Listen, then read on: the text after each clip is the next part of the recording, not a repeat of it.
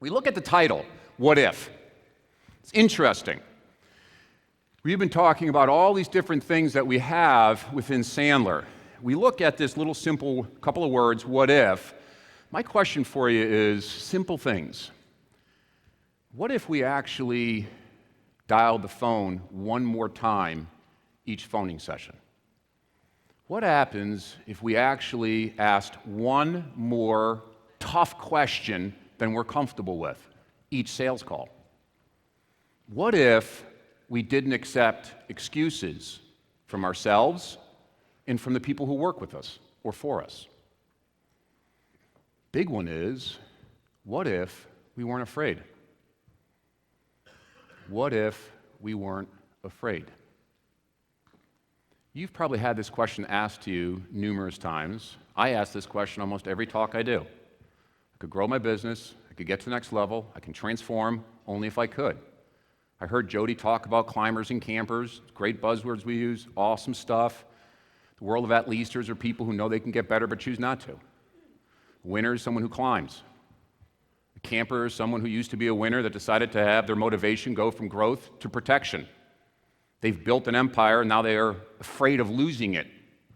So they play the game not to lose versus to win. That's a camper. So take a second for a moment and say to yourself, I could get to the next level in my business only if I could. I'm not looking for the junk on the outside, seeing more people, dealing with shorter sales cycle, hiring the right type of people on board. I'm looking for the stuff that's in your belly button. And everyone has it, everyone knows it, but everyone's afraid to tell it to somebody else. So I could do more stuff only if what could change in your life. Only if what would be different. Let's take the word what if. If you have the ability to change one thing, what if you did blank, would it have a massive impact in your business? So I'm going to give you enough time to jot down your answer, which is about 4 seconds. All right, so jot it down, let's get going. So it's interesting. As you're writing it down, I'm going to keep talking. Now, I've been doing what I've been doing for 19 years. Rosso and I came in roughly around the same time. What an amazing talk yesterday, right? Great stuff, great stuff.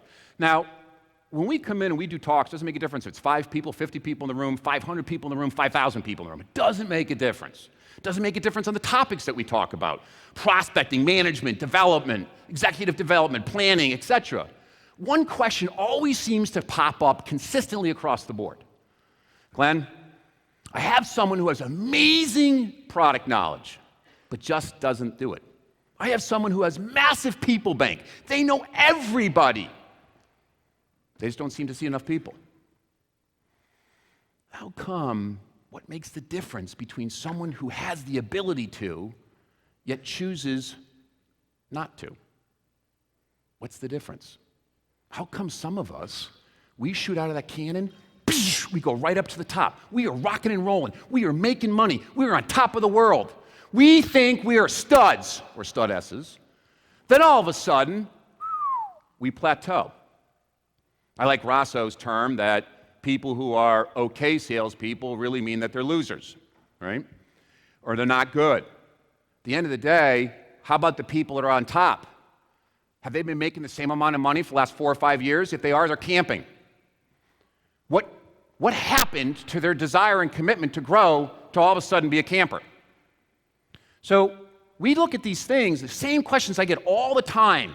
The difference, what's the magic dust? So we look at the success triangle. We all know the success triangle. We understand that attitude drives behavior, and behavior allows you to use techniques. We got all that stuff. We know that your head, the stuff that's inside your head and your heart, drives what you do. And what you do only allows you to use the techniques that you learn. That's it. It's a hell of a filter.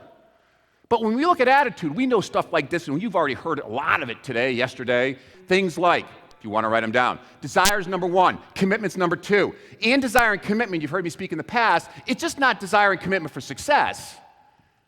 I think the most important thing is, in addition to that, is your desire and your commitment to change. To change what you're doing currently to be better. Desire and commitment. Along with that is self-esteem.